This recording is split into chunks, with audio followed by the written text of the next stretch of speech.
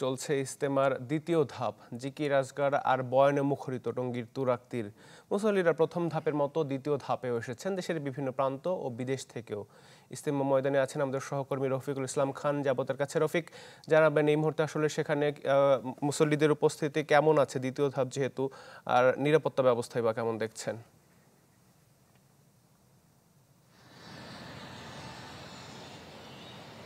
আতিক, গতকাল কিন্তু জহুরের নামাজের পর আমবয়ানের মধ্য দিয়ে শুরু হয়েছে ইজতেমার দ্বিতীয় পর্বের আনুষ্ঠানিকতা।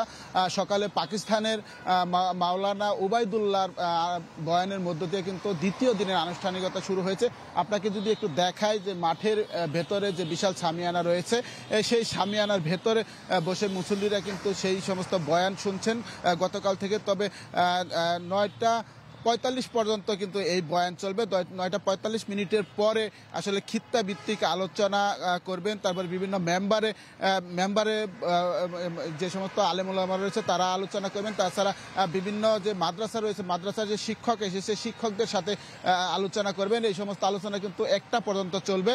তারপরে 1টার পরে যে আবার বয়ান হবে টানা আসরের আজানের আগ পর্যন্ত, এবং আসরের আজানের পরে কিন্তু একটি যৌতুকবিহীন বিয়ে অনুষ্ঠিত হবে, সেটি আমাদেরকে এখানে নিশ্চিত করেছে। তবে কতজন যৌতুক এখানে বিয়ে হবে সেই সংখ্যাটা আসলে আরো পরে জানানো যাবে। বিকেলে শেষ মুহূর্তে আসরের নামাজের আগ পর্যন্ত এই সংখ্যাটা লিপিবদ্ধ হবে।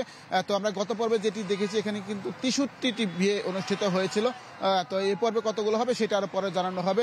এবং এই বিয়ের পরে আবার বয়ান হবে, মাগরিব পর্যন্ত সেই বয়ান চলবে। মাগরিবের পরে আবার এশা পর্যন্ত বয়ান চলবে।